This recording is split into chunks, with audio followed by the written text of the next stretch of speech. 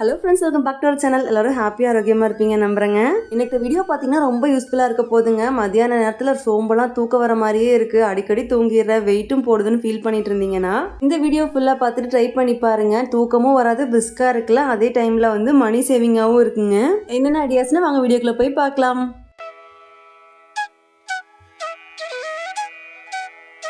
காலையில் எந்திரிச்சு அறக்க சமையல்லாம் முடிச்சுட்டு வீட்டு வேலையெல்லாம் முடிக்கும்போது ஒரு 10-11 போல் ஆயிருங்க. அதுக்கப்புறம் பார்த்தீங்கன்னா லைட்டாக டயர்டாக இருக்குது, படுக்கலான்னு படுப்போம். ஆனால் ரொம்ப நேரம் தூங்கிடுவோம். அதுவே நான் கிச்சனில் என்னென்ன ஐடியாஸ்லாம் வந்து மத்தியான நேரத்தில் செய்யலாம், அது இல்லாமல் வேறு மாதிரி என்னென்ன ஐடியாஸ்லாம் வந்து நம்ம பிரிஸ்காக வச்சுருக்கோம் அப்படிங்கிறலாம் இந்த வீடியோவில் காட்டியிருக்கிறேங்க. வீடியோவை 2 ஹாஃபாக பிரிச்சுக்கலாங்க. ஃபர்ஸ்ட் ஹாஃப் ஃபுல்லாக குக்கிங்காகவும், செகண்ட் ஹாஃப் வந்து ரொம்ப ப்ரொடக்டிவாக யூஸ் பண்ணுறதுக்கு சில ஐடியாஸோடு இருக்கும். இப்போ வந்து ஒரு பேனில் கொஞ்சமாக தண்ணி வச்சு அதுக்குள்ளே வந்து ஒரு 8 போல் வரமிளகாய் ஆட் பண்ணிக்கிறேன். கூடவே ஒரு தக்காளியை இது மாதிரி நீங்கள் ஸ்லிட் பண்ணிவிட்டு உள்ளே ஆட் பண்ணிக்கோங்க. இது சிம்லேயே வச்சு 10 நிமிஷம் போல் நல்லா கொதிக்கட்டுங்க. மூடி வச்சு விட்டுலாம் டிஸ்டர்ப் பண்ண வேணாம். இதுக்கு மெயினான இன்க்ரீடியண்ட்டே பார்த்தீங்கன்னா வரமிளகா தாங்க. நம்ம வந்து செஷ்வான் சாஸ் தான் செஞ்சிட்ருக்குறோம். வீட்லேயே செஞ்சு வச்சுக்கிட்டோம் அப்படின்னா நம்ம வந்து ஃப்ரைட் ரைஸ்க்கு, அப்புறம் வந்து ஏதாவது நம்ம சாண்ட்விச் மாதிரி செஞ்சோன்னா, அதுக்கப்புறம் தோசை மேலே கூட செஷ்வான் சட்னி மாதிரி ஸ்ப்ரெட் பண்ணலாம். பீஸாவுக்குமே இது யூஸ் பண்ணால் சூப்பராக இருக்குங்க. நான் ஒன்ஸ் செஞ்சு வச்சுட்டேன் அப்படின்னா அந்த வீக் ஃபுல்லாக ஸ்நாக்ஸ்க்கு வேறு ஐடியாஸ்க்கு யூஸ் பண்ணிக்குவேன். நல்லா ஆறுனதுக்கப்புறம் பார்த்தீங்கன்னா அந்த மிளகாய் அப்படியே மிக்சர் ஜாரில் மாற்றிக்கோங்க. தக்காளியே இது போல் தோல் எடுத்திங்கன்னா ஈஸியாக வந்து வந்ததுக்கப்புறம் இந்த மாதிரி பேஸ்ட் மாதிரி அரைச்சி எடுத்துக்கோங்க. இப்போ ஒரு பேனில் ஆயில் ஆட் பண்ணிக்கலாங்க. ஆயில் நிறையா இருக்கிற வரைக்கும் இந்த சாஸ் கெடாமல் நல்லா அப்படியே இருக்கும். அது கூட வந்து ஒரு 5-6 பல் பூண்டை வந்து குட்டி குட்டியாக நறுக்கி வச்சுக்கிறேங்க. கூடவே பூண்டை விட கொஞ்சம் கம்மியாக இஞ்சி துண்டு அதையுமே நல்லா இது போல் குட்டி குட்டியாக நறுக்கி ஆட் பண்ணிக்கோங்க. இது நல்லா பொரிஞ்சு வரட்டும்.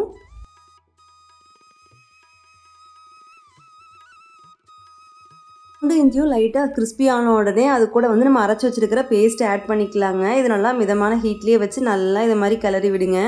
எனக்கு தோசை சுட்டு அது மேலே இந்த சாஸ் போட்டு மேலேயே வந்து சீஸ் போட்டு சாப்பிட்டா அவ்வளோ பிடிக்குங்க.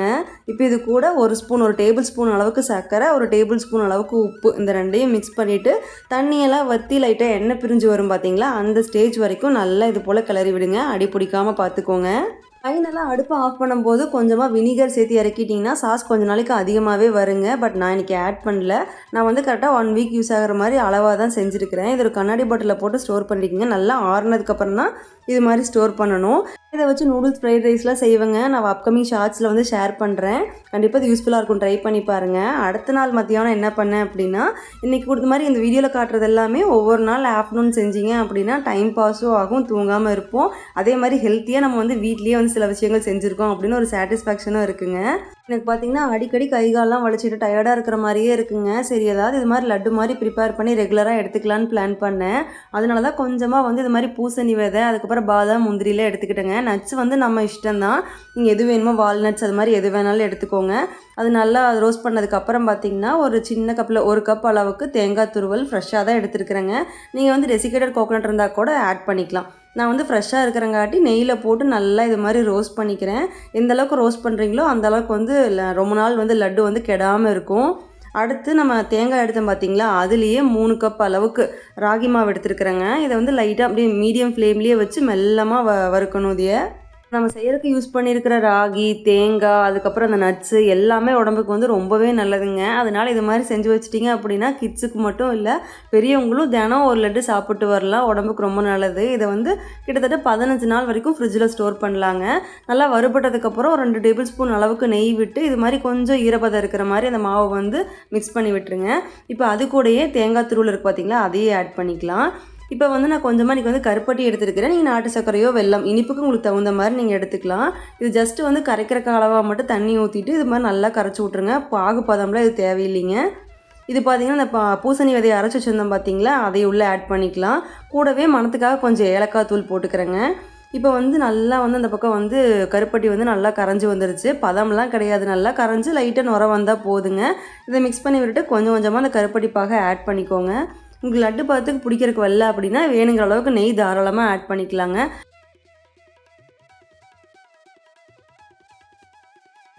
கொஞ்சம் கை பொறுக்கிற சூடு வர வரைக்கும் இந்த மாதிரி ஒரு ஸ்பூனோ இல்லை கரண்டிலையோ மிக்ஸ் பண்ணிவிட்டு அதுக்கப்புறம் நம்ம கையிலேயே அழகாக பிடிச்சி எடுத்துக்கலாம். கொஞ்சம் கொஞ்சமாக நான் பாகு எடுத்துக்கிட்டேன்.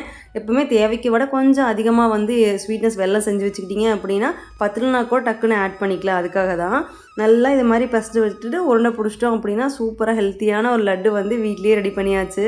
இன்றைக்கி ஸ்கூல் ஸ்டார்ட் ஆனால் குழந்தைங்களுக்கு லஞ்ச் பாக் கூட தினம் இது மாதிரி ஒரு லட்டு கொடுத்து விட்டுருலாங்க. தினம் செய்கிற ஸ்நாக்ஸோட இது மாதிரி ஸ்டோர் பண்ணி வைக்கிற மாதிரி ஸ்நாக்ஸ் செஞ்சுட்டோம் அப்படின்னா நம்ம கொஞ்சம் ஃப்ரீயாக இருக்கிற மாதிரி இருக்குங்க. மதியானம் போல் தூக்கு வர மாதிரி இருந்தால் இது மாதிரி தாங்க ஏதாவது ஒரு ரெசிபி பார்த்து ட்ரை பண்ணிகிட்ருப்பேன். அது மாதிரி பண்ணும்போது பிரிஸ்க்கும் ஆயிரும். அதுக்கப்புறம் எல்லா இடத்தையெல்லாம் க்ளீன் பண்ணி விட்டுட்டு அடுத்தடுத்து நம்ம வேலையை பார்க்கும்போது வந்து அந்த தூக்கங்கிறதே சுத்தமாக இருக்காது. நான் ஃப்ரிட்ஜில் வச்சுக்குவேன். 15 days வரைக்கும் நல்லாயிருக்கும். ட்ரை பண்ணி பாருங்கள். இன்றைக்கி இந்த வேலை தாங்க பண்ணேன். அடுத்த நாள் மத்தியானம் என்ன பண்ணேன்னு பார்க்கலாமா? அடுத்த நாள் மத்தியானம் இல்லை, காலையிலேயே வந்து நான் ஒரு 2 பிடி அளவுக்கு பக்கத்துலேயே முருங்கை மரம் இருக்குங்க அத்தை வீட்டில். அங்கே போய் பொறிச்சிட்டு வந்துட்டேன். நல்லா இதை வந்து வாஷ் பண்ணிவிட்டு கொஞ்சம் ஈரம் போகிற அளவுக்கு துணியில் காய வச்சுட்டேங்க. ஏன்னா காலையிலங்காட்டி கொஞ்சம் வெயிலே வரல. தண்ணியெல்லாம் போனதுக்கப்புறம் வெயிலில் மாடியில் கொண்டு காய போட்டுடலாம் அப்படின்னு சொல்லிட்டு ரெடியாக எல்லாத்தையும் எடுத்து வச்சிட்டேங்க. இந்த நெட்டு வாங்கினதுலேருந்து ரொம்ப ஈஸியாக போச்சுங்க. முதல்ல முருங்கைத்தலை எதை காய போட்டாலும் காற்றுக்கு அந்த தலையெல்லாம் அப்படியே பறந்து வெளியே ஓடிடும். அதே மாதிரி ஏதாவது காக்காக்கு இது உட்காந்துருக்குமோ அப்படிங்கிற மாதிரியே இருக்கும் சாப்பிட்றதுக்கு ஒரு மாதிரி. ஆனால் இது மாதிரி நெட்டு போட்டதுக்கப்புறம் காக்கா குருவியில் எதுவும் உள்ளே உட்காரதும் இல்லைங்க. அதே மாதிரி எதுவும் பறந்து போகிறதில்ல. என்ன காற்றடிச்சாலும் வெயிட் மட்டும் லைட்டாக ஓரத்தில் வச்சுட்டா போதும், நல்லா மொறுன்னு காஞ்சிருது. வீடியோலேயே இது ரொம்ப ரொம்ப முக்கியமான ரெசிபி. நீங்கள் கண்டிப்பாக ட்ரை பண்ணி பார்க்கணுங்க. நம்ம மாடியில் எப்போ வீடியோ காமிச்சாலும் அங்கே ஒரு மலை தெரியுது, அது என்ன மலைன்னு சொல்லி கமெண்ட்டில் 2-3 பேராவது கேட்டுருவீங்க. அது பார்த்திங்கன்னா சென்னி மலைங்க. நம்ம வீட்டிலேருந்து சென்னி மலை வியூ இப்படி தான் இருக்கும். அந்த கோபுரம் தெரிகிறது தான் வந்து முருகர். அங்கே அதுக்கு மேலே அப்படியே வள்ளி தெய்வான கோயில், அப்புறம் டவர்கிட்ட வந்து தன்னாசியப்பன் கோயில் இருக்கும். கோபுரம் அந்த வேலெல்லாம் தெரியுது பார்த்தீங்களா, அதுலேருந்து அப்படியே அந்த ஆர்ச்சாக இருக்கிறதாங்க படிக்கட்டு. எப்போ மாடிக்கு வந்தாலும் வெயிலாக இருந்தாலும் சரி கொஞ்சம் நேரம் பார்த்துட்டு அதுக்கப்புறம் சாமியை கும்பிட்டு கீழே வந்தால் தான் ரிலாக்ஸாக இருக்குங்க. நான் மட்டும் வத்தலோ இல்லை எது காய வச்சாலும் சரி வானத்துக்கு எப்படி தெரியுமோ பூரா மேகமூட்டமாக வெயிலே இல்லாமல் போயிடும். ஆனால் என் முருங்கத்தலை வந்து நல்லா மேலே வச்சங்காட்டி அந்த சூட்டுக்கே வந்து நல்லா முறுமுறுன்னு ஆயிடுச்சு மத்தியானம் போல். ப்ரெக்னெண்ட்டாக இருக்கிற சமயத்தில் பார்த்திங்கன்னா தினமுமே வந்து அம்மா முருங்கைக்கீரை பொரிச்சிட்டு வந்து சூப் வச்சு கொடுப்பாங்க. ஆனால் இப்போல்லாம் பாப்பாவையும் பார்த்துட்டு வீடு வாடகை செஞ்சுட்டு தினமும் சூப்பு வைக்கிறதெல்லாம் வந்து சாத்தியமே இல்லை. இப்போ பாருங்கள் எந்த அளவுக்கு காஞ்சிருச்சுன்னு. அதனால தான் நான் இது மாதிரி ப்ரீமிக்ஸ் ரெடி பண்ணிக்கிட்டேன். அப்போலேருந்து இப்போ தினம் ஈஸியாக வந்து சூப் போட்டு குடிச்சிக்கிறேங்க. ஜஸ்ட்டு ஒரு டீ குடிக்கிற டைமை ஈஸியாக ஆல்டர்னேட்டிவாக இதை வந்து யூஸ் பண்ணிக்கிட்டு இருக்கிறேன்.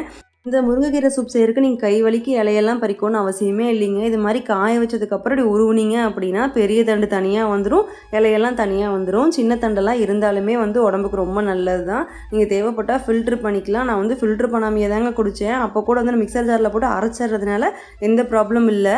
இது பார்த்தீங்கன்னா தண்டு மட்டும் கொஞ்சம் வேஸ்ட் ஆகுங்க, அவ்வளவுதான். நம்ம சூப் மாதிரி குடித்தோம்னா அந்த தண்டையுமே ஃப்ரெஷ்ஷாக செய்யும் போது அந்த தண்டையுமே போட்டு செய்யலாம். இது ப்ரீமிக்ஸுங்காட்டி அந்த தண்டை மட்டும் நான் வேண்டான்னு தூக்கி போட்டுட்டேன். ஆல்ரெடி முருங்கைத்தலையெல்லாம் பார்த்தீங்கன்னா கிறிஸ்பியாக தாங்க இருந்துச்சு. இருந்தாலுமே இது மாதிரி ட்ரை ரோஸ்ட் பண்ணிட்டோம் அப்படின்னா நம்ம கொஞ்சம் ஸ்டோர் பண்ணுறதுக்கு வந்து நல்லாயிருக்கும். நான் செஞ்சுருக்கிற அளவு பார்த்திங்கன்னா கரெக்டாக 2 பேர் குடிப்போம். நானும் அம்மாவும் தான் குடிப்போம். ஒரு வாரத்துக்கு கரெக்டாக இருக்குன்னு வச்சுக்கோங்களேன். எனக்கு எப்பவுமே நிறைய செஞ்சு ஸ்டோர் பண்ணுறத விட அப்பப்போ ஃப்ரெஷ்ஷாக வந்து ரெடி பண்ணிக்கிறது ரொம்ப பிடிக்குங்க. அதனால் அளவாக செஞ்சுருக்கிறேன். நீங்கள் தேவைக்கேற்ற மாதிரி வந்து நீங்கள் செஞ்சுக்கலாம். இது கூடயே வந்து 1 டேபிள் ஸ்பூன் அளவுக்கு கொத்தமல்லி, 1 டேபிள் ஸ்பூன் அளவுக்கு மிளகு, சீரகம் மட்டும் 1 டீஸ்பூன் போட்டுக்கோங்க. இதை நல்லா ட்ரை ரோஸ்ட் பண்ணிவிட்டு ஒரு தடத்தில் மாற்றிக்கலாம். இது கூடயே வந்து ஒரு 3 பல் தோலோட பூண்டு போட்டுக்கோங்க. ஒரே ஒரு வரமிளகா, கருவேப்பிலை. மிளகா வந்து கம்மியாக இருக்கிற வரைக்கும் வந்து காரம் அளவாகவே சூப்புக்கு வந்து அளவாக இருந்தாலே போதுங்க. ஏன்னா நம்ம மிளகும் போட்டிருக்கிறோம், 2 இருக்கும்போது கரெக்டாக இருக்கும். இது கூடயே கொஞ்சமாக வந்து பொட்டுக்கடலை.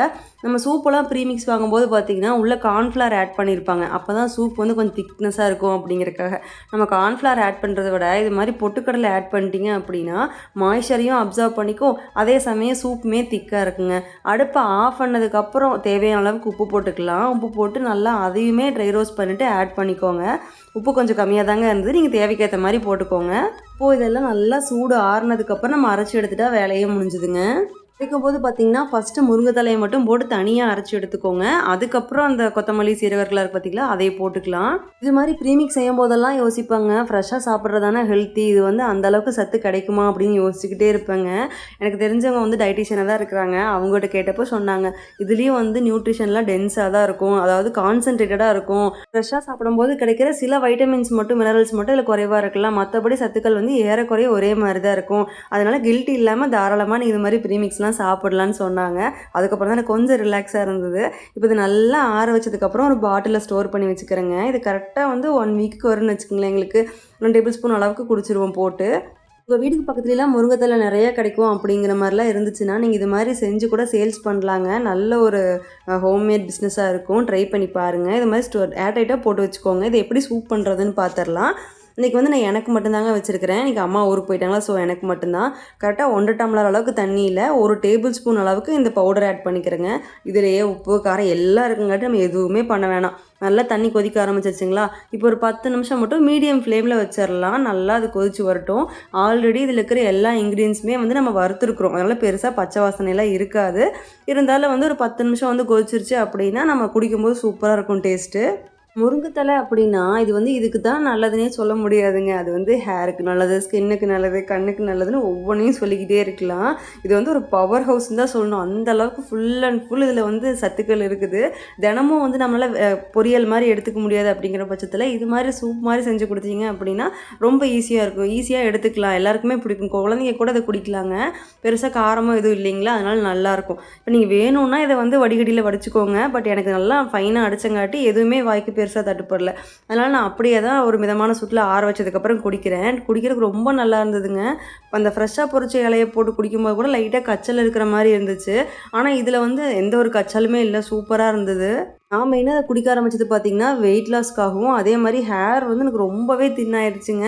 அப்படியே தலையில் ஸ்கேல்பே வெளியே தெரிகிற லெவலுக்கு இருக்குது. ரெகுலராக அதை குடிச்சிக்கிட்டே இருந்தோம் அப்படின்னா கொஞ்சம் கொஞ்சமாக ஹேர் ஃபாலும் ரெடியூஸ் ஆகும் அப்படிங்கிறக்காக தான் இதை ஃபாலோ பண்ண ஆரம்பிச்சிருக்கிறேன். இது வரைக்கும் நம்ம பார்த்து செஸ்வான் சாஸ், அந்த லட்டு, அதுக்கப்புறம் பார்த்திங்கன்னா முருங்கை சூப் எல்லாமே யூஸ்ஃபுல்லாக இருக்குங்க. இது வந்து ஃபஸ்ட்டு ஆஃப்னு வச்சுக்கலாம். அடுத்தது வந்து யூஸ்ஃபுல்லாக வேறு என்னெல்லாம் மதியான நேரத்தில் பண்ணலான்னு பார்க்கலாமாங்க. இது கொஞ்சம் ப்ரொடக்டிவாக இருக்குங்க. என்னென்னு பார்த்தீங்கன்னா மீல் ப்ரிப்பரேஷன். நம்ம வந்து வீட்டில் ஹவுஸ் ஒய்ஃபாக இருக்கும். அமௌண்ட்டை வந்து சேவ் பண்ணணும், வேஸ்டேஜை வந்து குறைக்கணும் அப்படின்னா மீல் ப்ரிப்பேர் பண்ணுறது ரொம்ப முக்கியங்க. ஏன்னா நிறைய பேர் அது இதுன்னு பொருளை வாங்கிட்டு வந்து போட்டுருவோம். அதை யூஸ் பண்ணாமல் அப்படியே வீணாக போயிடும். பணம் சம்பாதிக்கிறோம், அதை சேவ் பண்ணுறோம், அது எப்படி ஒரு நல்ல விஷயமோ அதே மாதிரி வேஸ்டேஜை குறைக்கிறதுமே வந்து மணி சேவிங் மாதிரி தாங்க. இந்த மாதிரி மீல் பிளானர் வாங்கிட்டோம் அப்படின்னா இந்த வாரத்துக்கு என்ன செய்ய போகிறோம், அதுக்கு என்னென்ன தேவையான க்ரோசரிஸ் வேணும், என்ன வந்து நம்ம முன்னாடியே செஞ்சு வைக்க வேண்டிய பொருள்லாம் என்ன பன்னீர் வேணுமா, அப்புறம் வந்து ஸ்ப்ரவுட்ஸ் ரெடி பண்ணணுமா, எல்லாத்தையுமே பிளான் பண்ணி எழுதி வச்சுருந்தேன். இருக்கிற பொருளையும் வேஸ்ட் பண்ணாமல் யூஸ் பண்ணிடுவோம். அந்த வீக் ஃபுல்லாக வந்து நம்ம யூஸ் பண்ணி மூச்சுருவோம். எதுவுமே வந்து வீணாக போச்சுன்னு தூக்கி போடுற அவசியமே இருக்காதுங்க. அதே மாதிரி காலையில் நேரம் என்ன சமைக்குது அப்படிங்கிற அந்த டென்ஷனே வீக் ஃபுல்லாக இல்லாமல் ரிலாக்ஸாக சமைக்கலாம். இதுக்கு ஒரு 1/2 hour எடுத்துக்குங்க. ஆனால் ரொம்ப இன்ட்ரெஸ்டிங்காக இருக்கும் செய்கிறக்கு. ஆஃப்டர்நூன் போல் தான் இதை செய்வேன். அப்போ தான் வந்து பிரிஸ்காவேன் அப்படிங்கிறக்காகவே மதியானம் போல் இது மாதிரி செய்வேன். நீங்களும் ட்ரை பண்ணி பாருங்கள். அடுத்த டிப் என்னன்னு பார்த்தீங்கன்னா வெயிட் லாஸ் எல்லாத்துக்குமே வந்து பெரிய ஒரு சேலஞ்சிங்காக தாங்க இருக்குது. மத்தியான நேரம் தூங்குறதுக்கு பதிலாக நம்ம வந்து அந்தப்போ ஈஸியாக வந்து நம்ம டைமை வந்து யோகாக்காகவோ இல்லை ஏதாவது எக்ஸசைஸ் பண்ணுறக்கோ யூட்டிலைஸ் பண்ணலாங்க. மத்தியானத்துலேயே யாராவது போய் யோகா பண்ணுவாங்களான்னு நினைக்கலாம். யோகா பண்ணுறதுக்கு இதுதான் டைமிங்லாம் கிடையாதுங்க. அதுவும் கிட்ஸ் வச்சுருக்கிற மாமா இருந்தால் அவங்க எப்போ தூங்குறாங்களோ அதுதான் நமக்கு டைமு. நம்ம அந்த டைமில் வந்து செஞ்சுக்க வேண்டியது தான். மார்னிங் நம்ம எந்திரிச்சு வீட்டு வேலையெல்லாம் முடிச்சு சமைக்கிறக்கே வந்து அந்த டைமில் வந்து ஒரு 20 நிமிஷம் 1/2 மணி நேரம் போலெல்லாம் யோகா பண்ணுறதுலாம் டைம் கிடைக்காதுங்க. ஆனால் இது மாதிரி மத்தியான டைமில் செஞ்சீங்க அப்படின்னா ரொம்ப பீஸ்ஃபுல்லாக செய்கிற மாதிரி இருக்கும். என்ன சாப்பிட்டு 2 மணி நேரம் ஆயிருக்கணும். வயிற்றில் வந்து எம்டி ஸ்டொமக்காக இருந்ததுன்னா இது மாதிரி யோகா பண்ணுறது நல்ல ஒரு பெனிஃபிட்டை கொடுக்கும். நீங்கள் யோகாவோ டான்ஸ் பண்ணலாம். ஏன்னா அந்த டைமில் நீங்கள் வந்து ஜிம்முக்கு போயிட்டு வாங்க. அது மாதிரி நிறையா ஸ்விம்மிங் கூட போகலாங்க இந்த சம்மர் சீசனில். அது மாதிரி நிறையா விஷயங்கள் இருக்குது. ஸோ நம்ம செல்ஃப் கேர் அப்படின்னு எடுத்துக்கிட்டாவே நிறைய பேர் வந்து ஸ்கின் அண்ட் ஹேர் கேரை மட்டும்தான் செல்ஃப் கேர் நினச்சிட்டு இருக்கிறாங்க. ஆனால் நம்ம உடம்பை வந்து ஃபிசிக்கலாக ஃபிட் பண்ணி வச்சுருக்கணும். அது ரொம்ப ரொம்ப முக்கியம். அதே மாதிரி மென்டலாக ஃபிட் பண்ணுறது ரொம்ப முக்கியங்க. அதுக்கு நீங்கள் வந்து தியானம்லாம் கூட இந்த டைமில் செய்யலாம். இதுதான் நேரம் அப்படின்னு ஃபிக்ஸ் பண்ணாமல் நம்ம கிடைக்கிற டைமை வந்து நீங்கள் யூஸ்ஃபுல்லாக வந்து பயன்படுத்திக்கலாம். வீடியோவில் காட்டிகிட்டு இருக்கிற யோகாலாம் பார்த்தீங்கன்னா நான் வெயிட் லாஸ் பண்ணுறப்போ ரெகுலராக செஞ்சுக்கிட்டு இருந்தேங்க. இப்போவுமே மத்தியான நேரத்தில் இந்த 5 யோகாவையும் செய்யாமல் இருக்க மாட்டேன். இது மெயினாக எதுக்காகனா பெல்லி ஃபேட்டை நல்லா குறைக்குங்க. அதை ப்ரெக்னன்சிக்கு அப்புறம் வந்து பெல்லி அப்படியே இருந்துச்சுங்களா. ஸோ இந்த எக்ஸசைஸ்லாம் செஞ்சதுக்கப்புறம் தான் எனக்கு வந்து நல்லாவே ஒரு 1 மந்த்லேயே வந்து 5 inch அளவுக்கு எனக்கு வந்து ஹிப் சைஸ் வந்து ரெடியூஸ் ஆச்சுங்க. நான் வெயிட் லாஸ்க்கு தனியாக ஒரு வீடியோவே போட்டிருக்கிறேன். டிஸ்கிரிப்ஷனில் கொடுக்குறேன், தேவைப்பட்டால் பாருங்கள். நீங்கள் என்னோட வீடியோ தான் பார்த்து செய்யணும்னு அவசியம் இல்லை. உங்களுக்கு யாரை வேணாலும் நீங்கள் பார்த்து ஃபிட்னஸ்க்குன்னு வந்து ஒரு சில எக்ஸசைஸ் வந்து ரெகுலராக ஃபாலோ பண்ணுறது வந்து வழக்கமாக வச்சுக்கோங்க. அதை வந்து மதியான நேரத்தில் செஞ்சிங்கன்னா உங்களுக்கு டபுள் பெனிஃபிட். நீங்கள் தூங்காமையும் இருப்பீங்க, இதே மாதிரி வந்து செய்யவும் ஆரம்பிச்சிருவீங்க. அதே மாதிரி தூங்கக்கூடாது அப்படிங்கிறதுக்காக தூங்கவே மாட்டேன்னு நினைக்க வேணாம். ஒரு நாளைக்கு ஆஃப்டர்நூனில் ஒரு 20 நிமிஷம் வந்து தாராளமாக தூங்கலான்னு சொல்கிறாங்க. ஆனால் கன்ஃபார்ம் 20 நிமிஷத்தில் எந்திரிச்சிருவீங்கன்னா மட்டும் படுத்து ரெஸ்ட் எடுங்க. இல்லை நான் படுத்தா அப்படியே தூங்கிடுவேன் அப்படின்னா நீங்கள் உங்களுக்கு வந்து அது ஒர்க் அவுட் ஆகாதுன்னு நினைக்கிறேன். 20 minutes வந்து தூங்குறது வந்து எந்த தப்பும் இல்லை. அடுத்து ஆஃப்டர்நூன் ஸ்லீப்பிங்கை வந்து குறைக்கிறதுக்கு வந்து கார்டனிங் பண்ணுங்கன்னு சொன்னால் சண்டைக்கு வந்துடுவீங்கன்னு நினைக்கிறேன். அடிக்கிற வெயிலில் போய் கார்டனில் 2 மணிக்கு நிற்க முடியாதுங்க. ஆனால் அதே சமயம் மைக்ரோ கிரீன்ஸை ஈஸியாக வீட்டுக்குள்ளே வந்துட்டு நீங்கள் அழகாக இது மாதிரி வளர்த்தலாம். நான் இப்போ ரீசெண்டாக தான் இந்த வீடியோ போட்டிருந்தேன். கார்டனிங் மேலே உங்களுக்கு இன்ட்ரெஸ்ட் இருக்குது அப்படின்னா தாராளமாக இந்த மைக்ரோ கிரீன்ஸை சூப்பராக வளர்த்தலாங்க. நிறைய கீரை வந்து கடையில் வாங்கும்போது மருந்தடிக்கிறாங்கன்னு பயமாக இருக்கும். இது மாதிரி வளர்த்துறப்போ மருந்தும் தேவையில்லை, கீரையை விட அதிக சத்துமே இதில் இருக்குதுங்க. இது வளர்த்துறதுக்கு பார்த்தீங்கன்னா மண்ணு கூட தேவையில்லை. நான் வந்து தண்ணியில் தான் ட்ரை பண்ணியிருந்தேன். சூப்பராக இருக்கும். நிஜமாவே மதியான நேரத்தில் தான் இதை வந்து எந்த அளவுக்கு வளர்ந்துருக்கு, தண்ணியெல்லாம் சேஞ்ச் பண்ணுறது, இது மாதிரி விஷயங்கள்லாம் பண்ணிகிட்ருப்பேன். எப்படி வளர்க்குறங்கிற வீடியோவுமே டிஸ்கிரிப்ஷனில் கொடுக்குறேன், தேவைப்படுறவங்க செக் பண்ணி பாருங்கள். அடுத்து பார்த்திங்கன்னா ஒரு டைரி அப்படின்னாவே நம்ம முதல்ல இருந்து டைரி எழுதுறதுனா என்ன சொல்லுவோம், இன்னைக்கு காலையிலேருந்து நைட் வரைக்கும் என்ன நடந்துச்சு அப்படிங்கிறது தான் நிறைய பேர் டெய்லி எழுதுறது அப்படின்னு நினச்சிட்டு இருப்போங்க. ஆனால் நீங்கள் ஒரு ஹோம் மேக்கராக இருந்தீங்கன்னா கண்டிப்பாக இது மாதிரி ஒரு டைரி மெயின்டைன் பண்ணுறது ரொம்ப ரொம்ப முக்கியங்க. ஹோம் மேக்கிங் அப்படிங்கிறது வந்து அவ்வளோ ஈஸி இல்லை, அதுக்குமே ஏகப்பட்ட பிளானிங்ஸ் இருக்குது. அதுக்கு வந்து இது மாதிரி டைரியில் இது வேணும், என்னென்னலாம் பண்ணணும் அப்படிங்கிற மாதிரி ஒரு நம்மளோட கோல்ஸ் என்ன செட் பண்ணிக்கிறோம், என்னென்னலாம் சேவ் பண்ணுறோம், எப்படிலாம் நம்ம வந்து அமௌண்ட்டை மிச்சப்படுத்தலாம், அது மாதிரி பல விஷயங்கள் வந்து இதில் நோட் பண்ணி வச்சுக்கலாங்க. ஸோ அதில் வந்து ஒரு பாசிட்டிவ் அஃபர்மேஷன் கூட நீங்கள் தினமுமே எழுதும்போது உங்களுக்கு வந்து மைண்ட் ரொம்ப ப்ளசண்ட்டாக இருக்கும். இது மாதிரி நீங்கள் சூஸ் பண்ணும்போது பார்த்தீங்கன்னா இது மாதிரி நிறைய பார்ட்டிஷன் இருக்கிற மாதிரி டைரி வாங்கிக்கோங்க. அப்போ தான் வந்து எங்காவது நம்ம ட்ரிப் போகிறதுக்கு பிளான் பண்ணுறோம், இல்லை வேறு ஏதாவது மந்த்லி பிளானர்ஸ், அது மாதிரி எக்கச்சக்கமாக நிறைய ஆப்ஷன்ஸ் இருந்ததுன்னா ரொம்ப வந்து யூஸ்ஃபுல்லாக இருக்கும். ஸ்கூல் காலேஜ்லாம் முடிச்சுட்டு அதிகமாக எழுதிக்கிட்டே இருந்திருப்போம். அதுக்கப்புறம் ஒரு பெரிய கேப்பில் எழுதுறதுங்கிறதையே மறந்துடுவோங்க. அது ஒரு தெரப்பி மாதிரி தான். நான் எப்போவுமே வந்து எதையோ ஒன்று எழுதிட்டே இருப்பேன். அது வந்து மனசை ரொம்ப ரிலாக்ஸ் பண்ணுற மாதிரி இருக்கும். உங்களுக்கு வரைகிறதெல்லாம் பிடிக்குதுன்னா வரைய கூட செய்யலாம். பெருசாக வேறு எதுவும் வந்து எழுதி வைக்க போகிறது இல்லைங்க. இது மாதிரி டு டூ லிஸ்ட் என்னென்னலாம் வேலை இருக்குது, சாதாரணமாக நான் வந்து ரேஷன் கடைக்கு போகணும், அங்கே வாங்கணும், இது வாங்கணும், இதை கூட எழுதி வச்சுக்கலாங்க. அப்போ தான் நான் மிஸ் பண்ணாமல் இருப்போம். அதுவும் ஒர்க்கிங் உமனாக இருந்தீங்கன்னா கண்டிப்பாக இந்த மாதிரி ஒரு டு டூ லிஸ்ட் வந்து நீங்கள் போட்டு வச்சுக்கிறது ரொம்ப அவசியம். இந்த மாதிரி செய்யும்போது எந்த ஒரு விஷயமே நான் பிளான் பண்ண மாதிரியே நடக்குங்க, மாறி நடக்கிறதுக்கு சான்ஸ் இருக்காது. அடுத்து பார்த்தீங்கன்னா பக்கெட் லிஸ்ட். எல்லாத்துக்குமே வந்து இதை வாங்கணும், அதை வாங்கணும், அங்கே போகணும், நம்மளோட கோல்ஸ் எல்லாமே அந்த பக்கெட் லிஸ்ட்டில் வச்சுருப்போம்.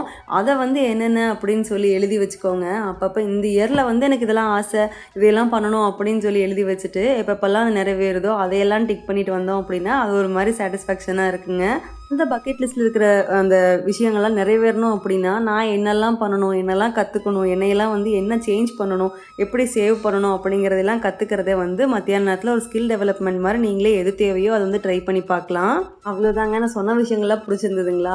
ஸோ மத்தியான நேரம் தூங்காமல் இருக்கும்போது கிச்சனில் அது மாதிரி சில விஷயங்கள் செய்யலாம், எக்ஸ்ட்ராவாக இந்த மாதிரி விஷயங்களும் செய்யலாம். உங்களுக்கு வந்து இதில் ஏதாவது பிடிச்சிருக்குது, இல்லை நீங்கள் வேறு ஏதாவது ஃபாலோ பண்ணிகிட்ருக்கிறீங்க, அதை நான் சொல்லாமல் விட்டுருந்தேன்னா அதையுமே கமெண்ட்டில் சொல்லுங்கள். நிறைய பேர்த்துக்கு படிக்கிறவங்களுக்கு அது யூஸ் ஆகும். இவ்வளோ நேரம் வீடியோ பொறுமையாக பார்த்ததுக்கு ரொம்ப தேங்க்ஸ்ங்க. அடுத்து இதே மாதிரி யூஸ்ஃபுல்லான வீடியோட உங்களை சந்திக்கிறேன். And then bye from Indhu Gautham.